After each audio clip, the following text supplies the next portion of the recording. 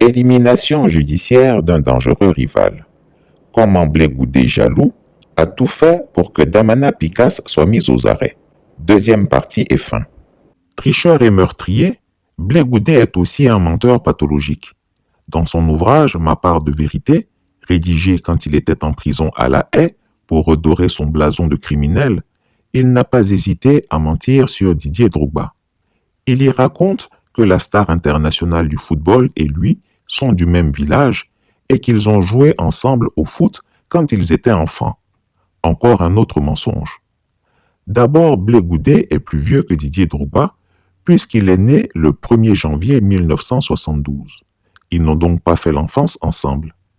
Ensuite, ils ne sont pas du même village.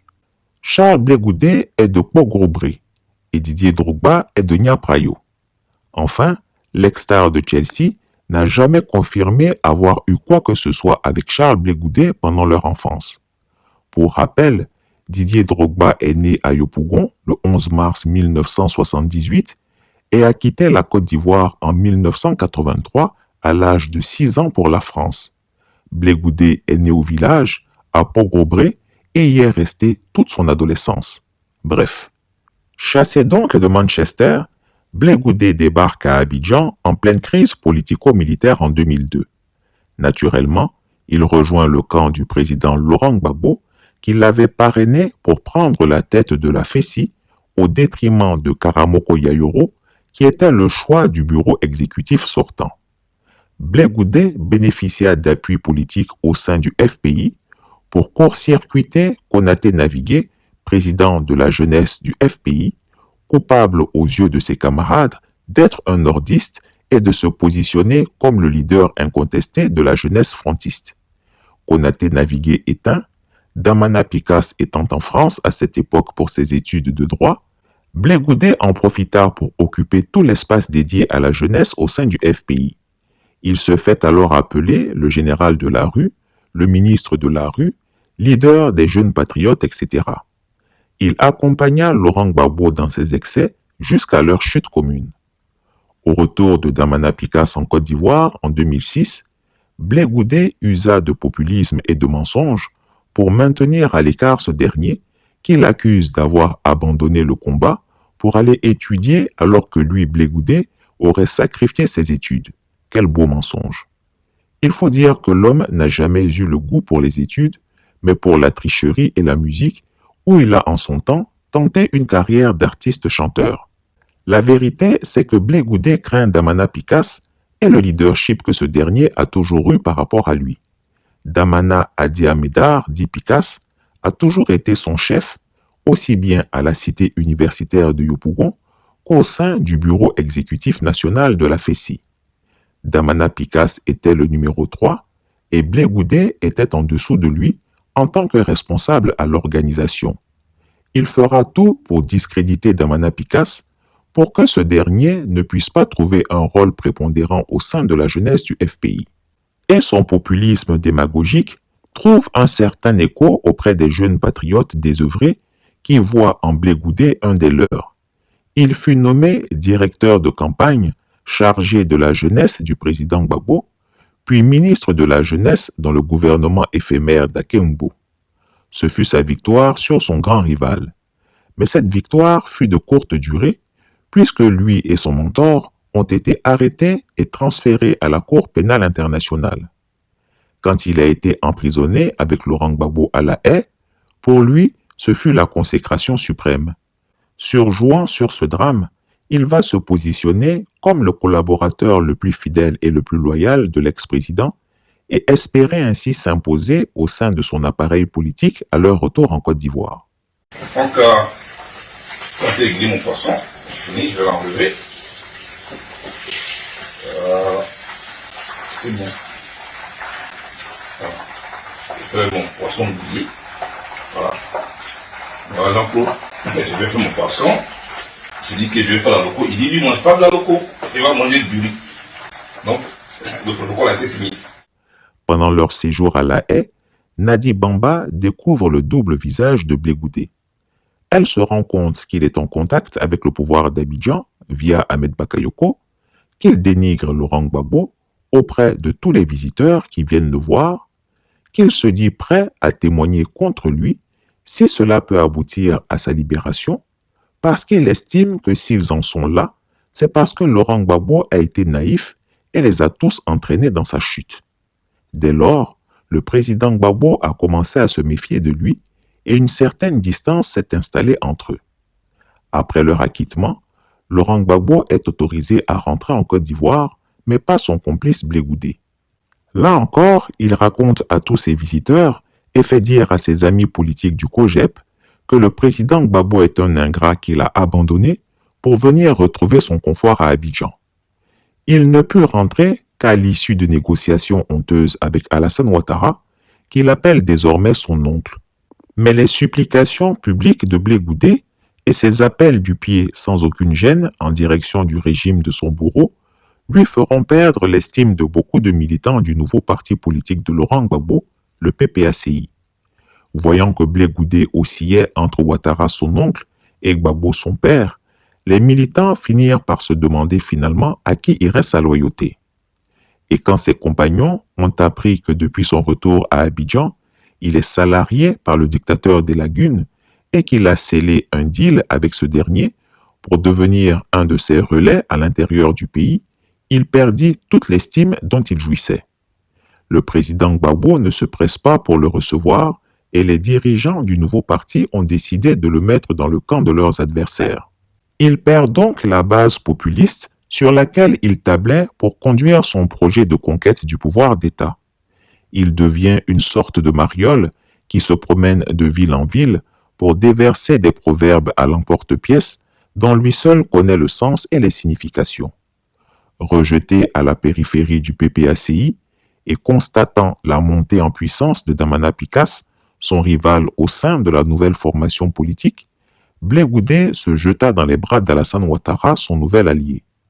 À la différence de Blé Goudé, Damana Picasse est plus réfléchi, plus stratège et moins volubile. Il est plus responsable. Il n'affiche aucune peur du régime et sait galvaniser les militants. Il devient incontournable dans le dispositif de Laurent Gbagbo. Il a réussi à faire oublier Blé Goudé et ses pitreries. Et de plus en plus, on voit en lui l'héritier politique de l'ancien président. Il est en train de réussir à donner une dimension nationale au PPACI en impulsant son déploiement partout en Côte d'Ivoire et à mettre de l'ordre dans ses rangs. La montée en puissance évidente de Damana Picasse et sa mise en orbite dans le sillage de Laurent Gbagbo ont semé la peur et l'émoi chez Charles Blé Goudé. Il voit son rêve de récupérer la base du PPACI s'éloigner. Il devient alors vert de rage et de jalousie. Il s'est dit qu'il fallait à tout prix neutraliser ce dangereux rival avant qu'il ne devienne trop puissant.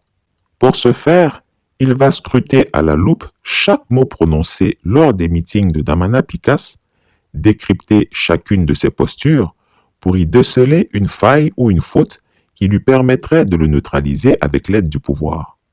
À chaque entretien qu'il a avec ses nouveaux amis du RHDP, il leur dit qu'ils font une lecture erronée de la situation politique nationale en se focalisant sur Guillaume Soro et sur son mouvement Génération et Peuple Solidaire GPS. Selon lui, leurs vrais ennemis sont Damana Picasse et Laurent Gbagbo. En tant qu'ancien camarade de lutte syndicale et compagnon au sein du FPI, il sait comment contrer Damana Picasse et l'empêcher de devenir dangereux. Il a raconté à beaucoup de ses amis qu'Alassane Ouattara joue avec le feu et qu'un jour il va se réveiller avec le PPACI qui aura réussi à mobiliser la population ivoirienne contre lui et à le chasser du pouvoir. Tu as tué des bébés, tu as tué des Ivoiriens, nous n'avons pas de leçons à recevoir d'eux. Éventrer des femmes enceintes, découper les bébés, nous n'avons pas de leçons à recevoir d'eux. Mais on se tait parce qu'on veut la paix. Sinon, c'est pas parce qu'ils ont raison. Ils n'ont pas raison. Ils ont fait le pire des choses. Une rébellion qui a décimé la Côte d'Ivoire. Et c'est vous qui avez des leçons à nous donner. Vous n'êtes pas fatigués. Gouvernez pour que nous tous on puisse en profiter. Quand on gouverne, c'est pour que le peuple profite. On se tait parce qu'on respecte notre chef. Sinon, on n'a pas peur de quelqu'un. On se tait parce que le chef est arrivé. Et nous voulons voir ce qu'il a pensé depuis où il était, qu'il fasse asseoir cette nouvelle politique. Sinon, on n'a pas peur. Celui qui a découpé un être humain ne peut pas nous faire peur aujourd'hui. Ce n'est pas lui qui va nous donner des leçons. Celui qui a bu le sang d'un Ivoirien ne peut pas nous donner des leçons. Est-ce que vous comprenez? Et c'est pourquoi nous sommes assis ici. Et puis nous parlons ici. Nous allons parler. Personne ne peut nous fermer la bouche. C'est le fusil là qui fait peur. C'est pourquoi nous on ne veut pas fusil. Mais Babou Laurent, il dit prenez la parole pour parler. Prenez la parole pour combattre. Nous combattons avec nos bouches. Et la parole. Donc, il n'en a pas de leçon à recevoir d'eux. Qu'il soit un Cissé Bakongo. Un Cissé Bakongo. Oh, vraiment. Le monde marche à l'envers. T'as pas vu? Il a parlé. Il devient humoriste dessus nous. Hein? C'est tu connais ce papier? Si tu connaissais ce papier là, tu n'allais pas induire M. Ouattara en erreur. Tu t'es dit, je reviens dessus, si c'est pas Congo. Chaque fois qu'il va prendre ses subsides chez son nouvel employeur, il n'hésite pas à raconter la même rengaine. Attention à Damana Picasse, il va vous renverser un jour. Il dit soupçonner une connexion secrète entre ce dernier et Guillaume Soro. À preuve, lors du meeting du PPACI à Abobo, Koné Tefour, qui est un des proches collaborateurs de Guillaume Soro, était bien présent et assis aux premières loges. Pour lui, cela ne fait aucun doute. Damana Picasse et Guillaume Soro vont s'unir et agir contre son oncle Alassane Ouattara. Dans ces conditions, il faut les neutraliser maintenant. Téné Birahima Ouattara dit la Fiole, qui est le bailleur de fonds de Blé Goudé, a fini par se dire que peut-être que ce dernier n'avait pas tort et qu'il fallait prendre en compte ses avertissements. Il en a parlé avec son aîné, qui lui a donné le feu vert pour neutraliser Damana Adia Picasse et priver ainsi le PPACI d'un redoutable organisateur. Aussitôt dit, aussitôt fait. Les jours qui ont suivi, la machine judiciaire a été actionnée pour trouver une accusation loufoque contre le secrétaire général du PPACI, l'inculper et espérer ainsi entraver son action et le développement de sa formation politique. Blé Lamachette est maintenant un homme heureux.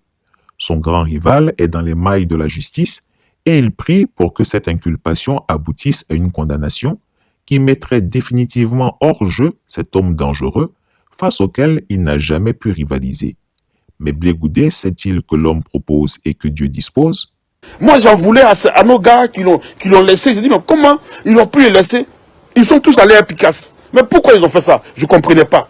N'importe quoi. Qu'est-ce que j'ai à m'emmerder avec un lèche hémorroïde? Blé Goudé, viens dire aux Ivoiriens ce que tu allais faire avec ta traînée là, chez le vendeur d'âmes. Notre pays n'a que trop souffert. On n'a pas besoin d'hommes politiques avec des projets visés mortuaires pour les Ivoiriens. On n'en a pas besoin. Explique-nous qu'est-ce que vous êtes allé chercher. Parce que Nazi, quand elle parle là, c'est toi. C'est toi, c'est elle qui nous envoyait les audios. Allô, le chef lui dit n'est pas attaquer Ouattara. Ces audios sont là. Hein. Donc quand elle parle là, c'est ce que tu dis qu'elle dit.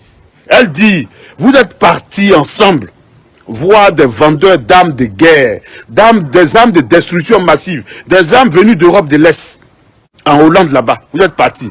Sors, tu vas dire aux Ivoiriens, toi Blé Goudé, qui répond à tout et qui parle à tout. Il faut venir dire aux Ivoiriens que tu n'as jamais été avec elle. Ou sinon, pourquoi vous êtes rendu là-bas? Blé Goudé, viens dire aux Ivoiriens pourquoi Ouattara te donne son argent et puis tu veux en même temps faire des coups pour le déstabiliser. Je veux dire la vilainerie de Blé Goudé traîner et piluler partout. Aidé en cela par cette femme, par cette souillon-là.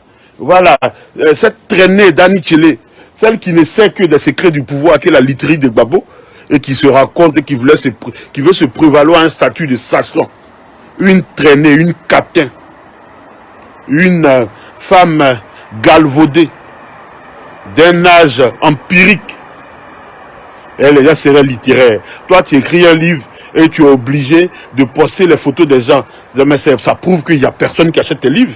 Parce que quelqu'un qui écrit un livre, là, quand le livre marche véritablement, combien de photos il va poster sur sa page? Combien? Oui, tu achètes mon livre, tu envoies ta photo. Ça, c'est la cour de récré, ça. En fait, tu veux imposer ton histoire aux gens, mais ton histoire n'intéresse personne. Ta vie n'intéresse personne. Qui c'est qui va l'acheter le livre? Quel homme constitué intellectuellement, loyalement instruit, qui va se lever et dire, moi, je vais aller sur Internet, je vais acheter le livre. Blé Goudé maudit, là, j'ai acheté son livre. Simon Gbagbo, j'ai acheté. Gbagbo, j'ai acheté ses livres. Charles Blé Goudé, ce qu'il a écrit dans le livre même là, il est incapable d'assumer. Ce que lui-même il a écrit dans le livre, dans son livre là, ce qu'il a écrit dedans là, il ne peut même pas assumer. Un homme qui ne peut pas assumer ses propres écrits, mais c'est à croire que ce n'est pas lui qui a écrit, honnêtement. La Jambotte avait tenté un moment d'égrener son livre avant qu'il rentre en Côte d'Ivoire, mais l'idiot ne voulait pas. Parce qu'il n'assume pas les écrits. Parce qu'il n'assume pas les écrits. En fait, il était en prison, il s'est vendu un mérite héroïque. Il s'est prévalu une qualité héroïque. Maintenant qu'il a retrouvé la liberté, ce qui le cherchait, ce qui l'intéressait, c'était lécher les hémorroïdes du RDR. C'était lécher les hémorroïdes d'Alassane Ouattara, lécher les hémorroïdes des gens proches de Ouattara. C'était ça qui l'intéressait. Il faut comprendre véritablement, honnêtement, que Charles Blé Goudé est un désastre pour les Ivoiriens. Chris Yapi ne ment pas. Retrouvez Chris Yapi sur ses deux chaînes YouTube, sa chaîne Dailymotion, Instagram et VK.